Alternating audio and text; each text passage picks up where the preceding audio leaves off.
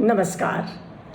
भारतीय वीरांगनाओं की कहानी रानी की ज़ुबानी में आप सभी का बहुत बहुत स्वागत है और मुझे खुशी है कि आप लोग मेरे इस कार्यक्रम को देखते हैं और सराहते हैं और मैं आपका बहुत बहुत आभार व्यक्त करती हूँ कि आप सब इस कार्यक्रम को देखते हैं और मुझे प्रोत्साहित करते हैं।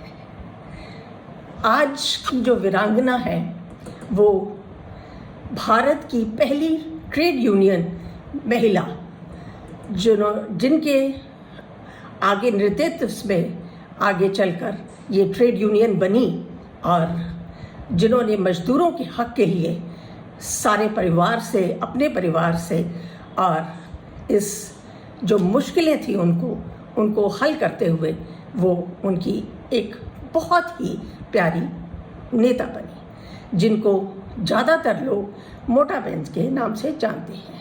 मोटा बहन का गुजराती में अर्थ होता है बड़ी बहन। इस महिला का नाम है अनसुईया साराभाई।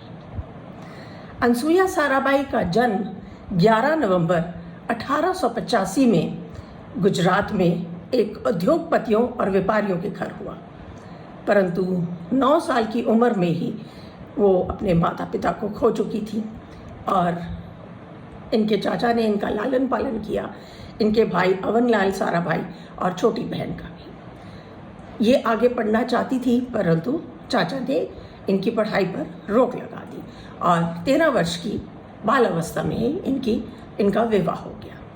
लेकिन ये विवाह असफल रहा और ये कुछ समय बाद अपने घर वापस आई और अपने भाई को बोला कि वो आगे पढ़ना चाहती है। भाई की मदद से ये 1912 में इंग्लैंड गई, जहाँ पर वो मेडिकल की पढ़ाई करना चाहती थी, परंतु पशुओं के विच्छेदन के कारण वे मेडिकल की पढ़ाई करने से उन्होंने इनकार कर दिया, क्योंकि जैन मान्यताओं के साथ ये उनकी जैन मान्यताओं का उल्लंघन था। इस वजह से फिर उन्होंने मेडिकल की पढ़ाई छोड़ स्कूल ऑफ इकोनॉमिक्स में एडमिशन लिया। वहाँ पर इन्होंने अपनी स्नातक की डिग्री वहाँ से उन्होंने प्राप्त करी। जब वो इंग्लैंड में थी तभी उन्होंने वहाँ पर एक फैबियन फिलोसॉफिकल सोसाइटी जिसमें उन्होंने भाग लिया और उनसे बहुत प्रभावित हुई और उनमें शामिल हो गए। इनकी जो भांजी हैं उन्होंने लिखा है अपनी किताब में कि उन्होंने वहाँ पर रहकर हर एक चीज़ करी, उनको जो अच्छा लगता था वो अकेली घूमती थी और जो उनका मन करता था वो करती थी। बहुत ही फ्री विचारों की वो हो चुकी थी। लेकिन इसका बदलाव एकदम से जब ये 1914 में वापस आई और गांधी जी से मिली तो जो इनके अंदर बदलाव आया था वो सारा का सारा इन्होंने वही समाप्त कर फिर से एक भारतीय समाज सुधारक के रूप में हम सबके सामने आए। उन्होंने सबसे पहले महिलाओं के लिए काम करना शुरू करा, मजदूरों के लिए काम करना शुरू किया और सबसे पहले उन्होंने जो वहाँ पर इनके मिल के मजदूर थे उनकी बच्चियों के लिए एक स्कूल खोला।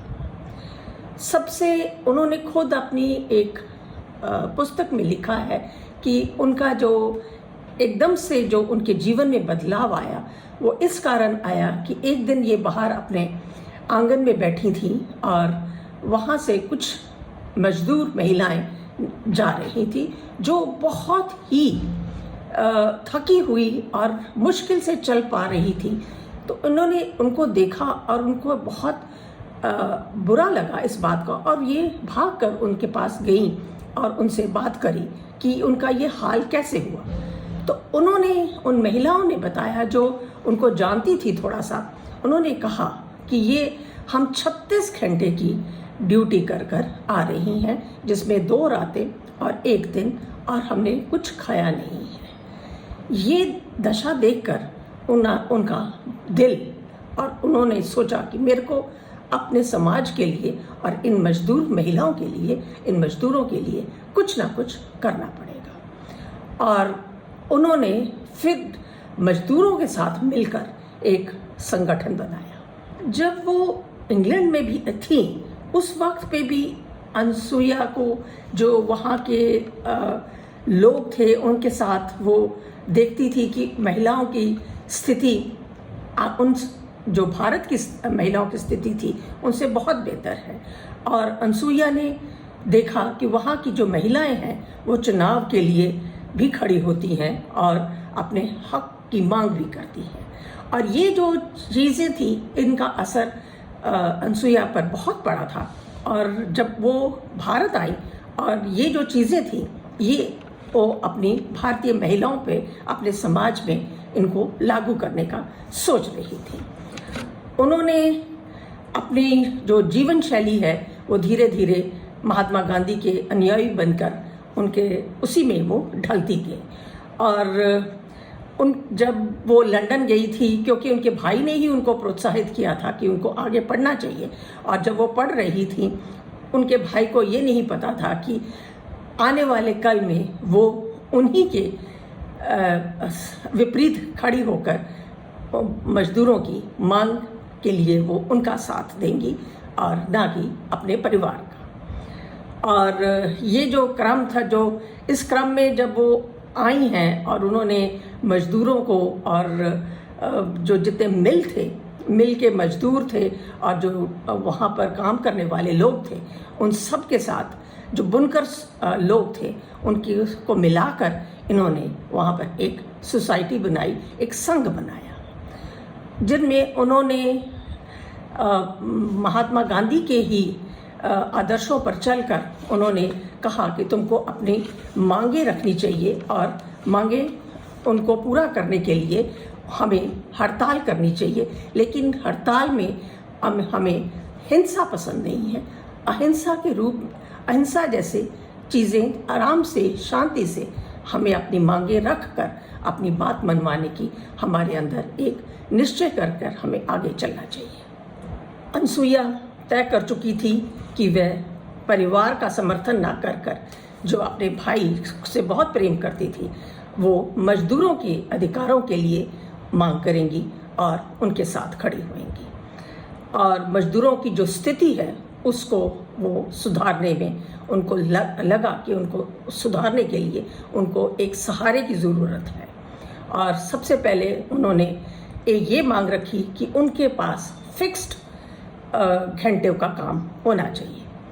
दूसरा उन्होंने कहा कि जो उनकी जो आय है, जो उन मजदूरों को उनको मजदूरी मिलती है उसमें 50% वृद्धि होनी चाहिए, क्योंकि इस वक्त पे वो इतनी कम उनकी मजदूरी उनको मिलती थी कि जिसमें उनको अपने परिवार का खर्चा चलाना भी बहुत मुश्किल हो जाता था। लेकिन जो मिल मालिक थे वो इस बात के लिए राज़ी नहीं हुए और ये हड़ताल जो थी ये 21 दिन तक चली। और जब उनको ये जो इस वक्त पे जब वो 21 दिन पर ये हड़ताल चली उस वक्त पे जो महात्मा गांधी के एक करीबी जो परिवार के थे उन्होंने आके अनसुईया का साथ दिया और धीरे धीरे करके उन्होंने अपनी बड़ी शांतिपूर्वक उन्होंने ये हड़ताल करी तो कि सिर्फ उसमें काम नहीं करते थे लेकिन कोई तोड़ फोड़, कोई मारपीट इस तरह की कोई घटना नहीं करते होते थे।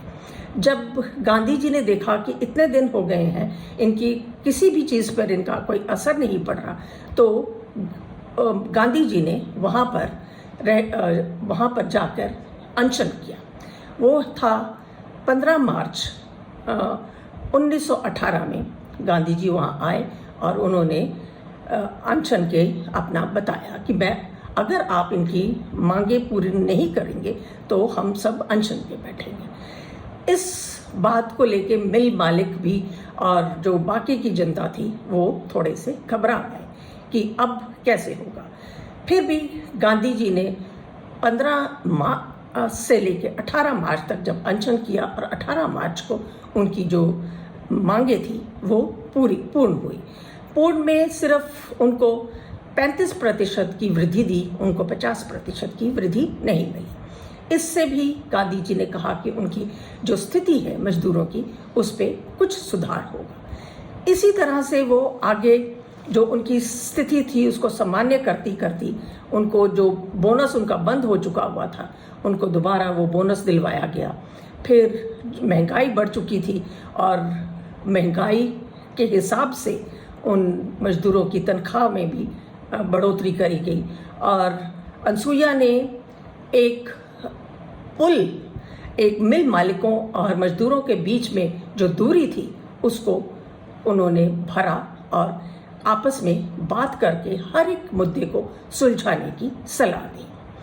जब बिल्कुल स्थिति सामान्य हो गई तो फिर ये सारा कुछ आराम से सब कुछ चलने लगा और मिल के ताले खुल गए और मजदूरों की हड़ताल पूर्ण हुई।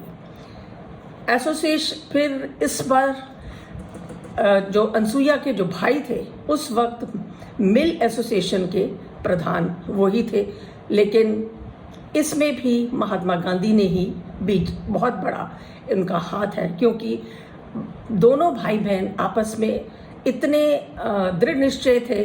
वो अपनी तरफ से नहीं झुकना चाहते थे, अनसुईया अपनी तरफ से नहीं झुकना चाहती थी। महात्मा गांधी ने इन दोनों को अपने आश्रम में बुला के इनको खाने पे बुलाया और अनसुईया को बोला कि आप अपने भाई को भोजन परोसें। और इस तरह से छोटी छोटी सी बातों के साथ गांधी जी ने इनकी आपस की जो तनाव था उसको ख़त्म करने की कोशिश करी। जब मार्च के लिए निकलते थे, जब कहते हैं कि जब इनकी हड़ताल थी, जब ये मजदूर लोग मार्च के लिए निकलते थे सड़कों पर या वहाँ पर खड़े होकर मिल के आगे खड़े होकर नारे लगाते थे, उस वक्त अनसुईया सबसे आगे होती थी और लोग हैरान होते थे कि ये तो मिल मालिक की बहन है और ये आगे इस तरह से करती। लेकिन अनसुईया भी कहती थी, मैं सच्चाई का साथ दूंगी, जो सही है वो सही है और जो गलत है वो गलत है, चाहे वो मेरा परिवार है। लेकिन अगर मेरे को लगता है कि ये चीज़ मजदूरों के लिए अच्छी नहीं है, उनकी स्थिति के लिए अच्छी नहीं है, तो मैं कभी भी इसके पीछे हटने की मेरी कोई मंशा नहीं होएगी। आखिर में दोनों पक्षों ने बैठ के बात करी और इनको उनकी जो जितनी भी उनकी जो मुश्किलें थी उनको हल किया। और इसके बाद 1920 में उन्होंने मजदूर महाजन संघ का संगठन किया और ये पहली उनकी अध्यक्ष बनी। फिर कपड़ा मिल वालों का एक संघ बनाया और फिर उन्होंने मजदूरों की बेटियों के लिए कन्यागृह नामक स्कूल भी खोला।